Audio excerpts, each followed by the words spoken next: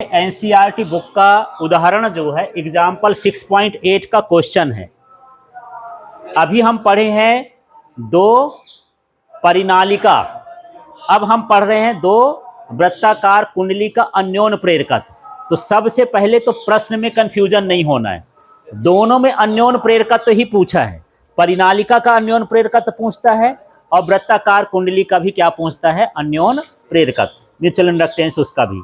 ठीक, तो इसमें कंडीशन भी दिया है कि जो R2 है माने एक वृत्त है जिसकी त्रिज्या बहुत बड़ी है और जो R1 है उसकी त्रिज्या बहुत छोटी है। तो जब हम चित्र बनाएंगे, दो वृत्त बनाना है तो एक वृत्त को ज़्यादा छोटा बनाएंगे और एक वृत्त को ज़्यादा बड़ा बनाएंगे। ऐसे नहीं कि यहीं से वृत्त बना दो, एक बिल्कुल छोटा टाइप का होना चाहिए और एक बड़ा। कंडीशन दिया रहेगा ये, और नहीं भी दिया रहेगा तो ऐसे काम करना है आपको। ठीक, चित्र के बारे में लिखना कैसे है, चित्र समझ में आ गया।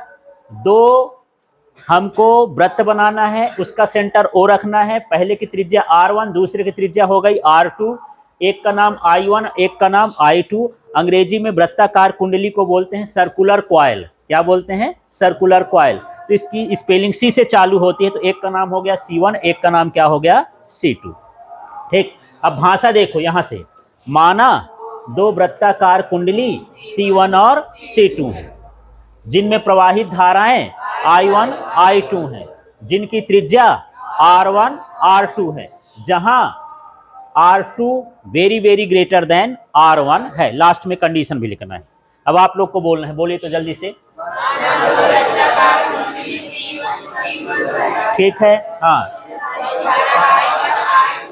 जिनमें प्रवाहित धारा I1 I2 है, जिनकी त्रिज्याएं R1 है, O को लिख सकते हो कि इनका केंद्र O है, लास्ट में लिख देना। ठीक है, जिनकी त्रिज्याएं R1 और R2 है, जहां R2 very very greater than R1, इसी को लिख देना जहां करके, और इसका केंद्र क्या है, O है।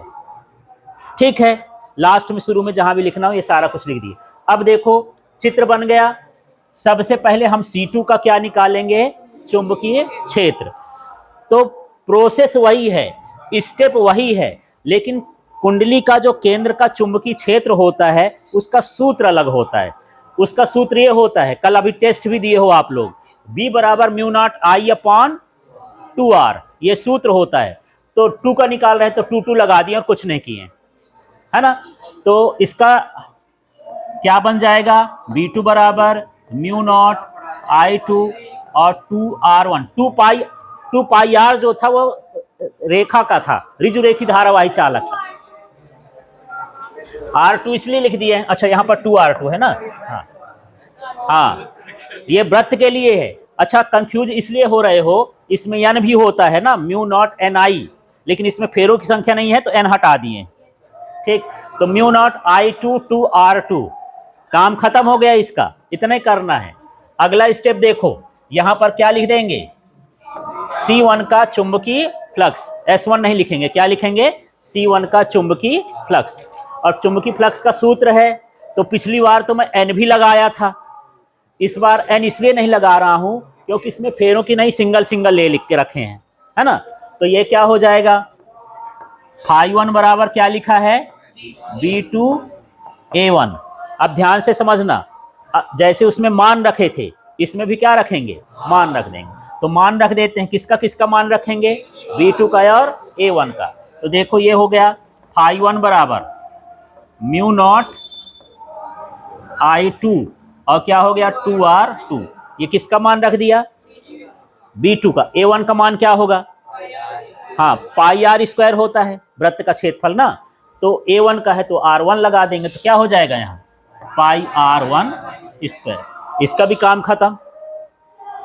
अब क्या निकालना है, C1 का, यहाँ C1 कर देना। C1 का अन्योन्य प्रेरकत्व, फार्मूला देखो क्या लिखा है, M12 इक्वल टू क्या हो जाएगा, φ1 अपॉन क्या है I2। इसमें हम मान रख देते हैं, जो जो मान है हमारे पास।